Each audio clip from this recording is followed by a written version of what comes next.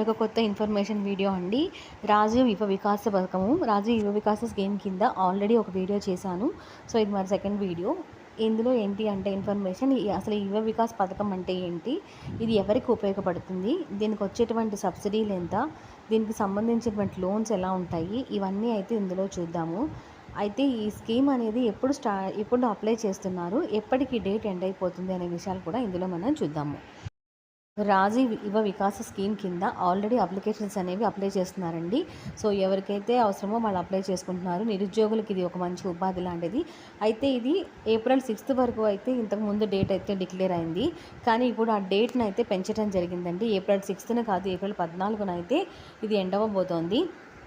Apply చేసుకోవడానికి end అయిపోయే date ఏంటి అంటే April 14. ఈ స్కీమ్కి సంబంధించి 10,000 కోట్లతో అయితే బడ్జెట్తో అయితే 10,000 కోట్ల బడ్జెట్తో ప్రభుత్వం అనేది ప్రతిష్టాత్మకంగా ఈ స్కీమ్ని అయితే చేపట్టింది. అయితే ఈ స్కీమ్ దరఖాస్తు చేసేటువంటి విధానాలు, అర్హతలు, ఇందాక చెప్పినట్టు దాని సబ్సిడీలు, దానికి సంబంధించిన లాభాలు ఏంటి, దానివల్ల వచ్చేటువంటి నష్టాలు ఎలా ఉంటాయి, ఇవన్నీ కూడా మనం చూద్దాము. ఎలా అప్లై చేసుకోవాలి, అని చూసినట్లయితే దీనికి సంబంధించిన వెబ్సైట్ ఏంటి, https://tgabmms.cgg.gov.in అనేటువంటి వెబ్సైట్లోకి వెళ్ళి స్టార్ట్ చేసుకోవాలి. నెక్స్ట్ రాజీవ్ యువ వికాస స్కీమ్ రిజిస్ట్రేషన్ పైన క్లిక్ చేయాలి. అందులోకి వెళ్ళి next Aadhaar card, ration card వంటి వివరాలతో కొన్ని రిజిస్టర్ చేయాలి.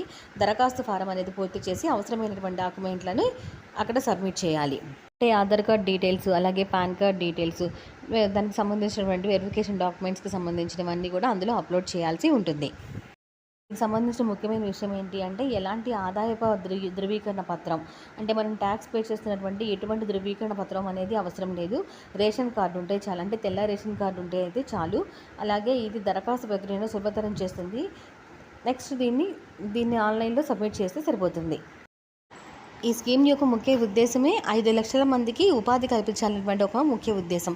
5 లక్షల మందికి నిరుద్యోగ యువతకి స్వయం ఉపాధి కలిగించాలనేటువంటి ఉద్దేశంతో అయితే ఈ స్కీమ్ అయితే స్టార్ట్ అయింది. మొత్తం 4 లక్షల వరకు అయితే ఆర్థిక సహాయం అయితే అందుతుంది. దీనిలో సబ్సిడీలు తక్కువ, అలాగే వడ్డీ రుణాలు అయితే తక్కువ వడ్డీ రుణాలు ఉంటాయి, సబ్సిడీలు ఉంటాయి. ఈ పథకం కనుక మనం తీసుకోవాలి అంటే, ఈ పథకానికి కావాల్సినటువంటి అర్హత పొందాలి అంటే కొన్ని షరతులు అయితే ఉన్నాయి. తెలంగాణలో స్థిర నివాసం అయితే ఉండాలి, వాడు శాశ్వత నివాసం ఇక్కడ ఉండాలి. అలాగే వయసు వచ్చేసరికి 18 నుంచి 30 సంవత్సరాల మధ్య వయసు వాళ్ళు అప్లై చేసుకోవాలి.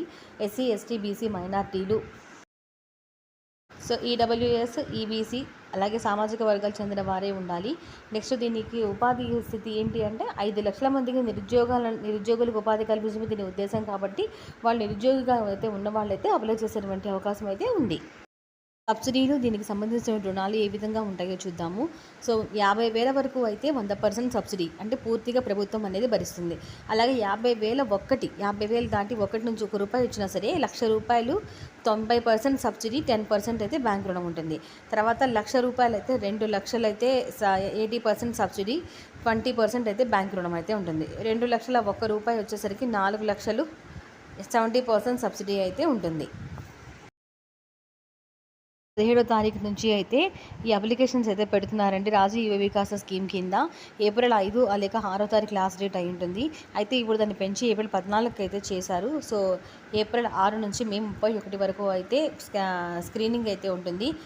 నెక్స్ట్ జూన్ 2వ తేదీ నుంచి అయితే సబ్సిడీలు అయితే మంజూరు అవుతాయి.